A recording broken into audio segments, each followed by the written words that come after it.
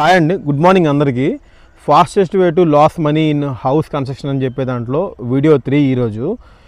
Right now మనం వచ్చి సిచ్యువేషన్కి ఎలా వెళ్ళిపోతామంటే, ల్యాండ్ పర్చేస్ చేయడం అనేది ఎలా సెలెక్ట్ చేసాం.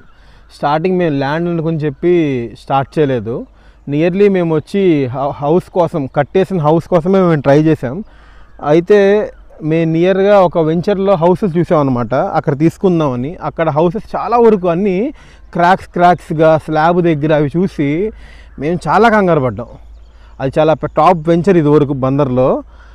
ఆ వెంచర్ని చూసి ఏంటి ఇలా ఉంటుందా హౌస్, బిల్డర్కి ఇచ్చేస్తే హౌస్ అనేది కొన్ని ఇయర్స్ తర్వాత 5 ఇయర్స్ తర్వాత ఇలా అవుతాయి అని చెప్పి కంగారు పడి మేము అసలు ఇంకా హౌస్ కట్టేసిన హౌస్ జోలికి వెళ్ళలేదు. మేము ఇంకా ఆ థాటే మానేసాం. ఓన్లీ ల్యాండ్ పర్చేస్ మీద ఆలోచించాం. అది కూడా ల్యాండ్ కావాలంటే మనం కట్టుకోవడం, లేకపోతే వేరే వాళ్ళకి ఇవ్వడం కట్టించడానికి, అలా అనుకుని చెప్పి స్టార్ట్ చేసాం.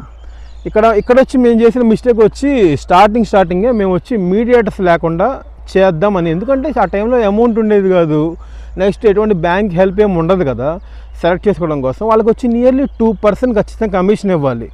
2% ఆర్ 1.5, 2.5 ఇంకా వాళ్ళ ఇష్టం అన్నమాట.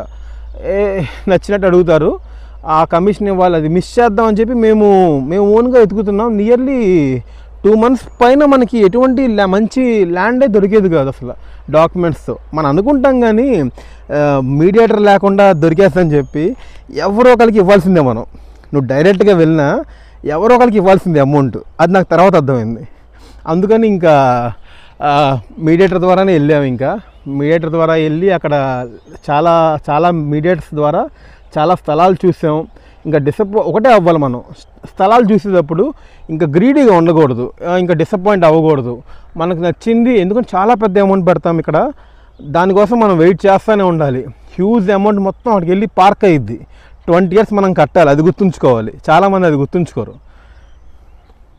సరే, ఈ రోజుకి బాయ్, ఈవినింగ్ కలుద్దాం.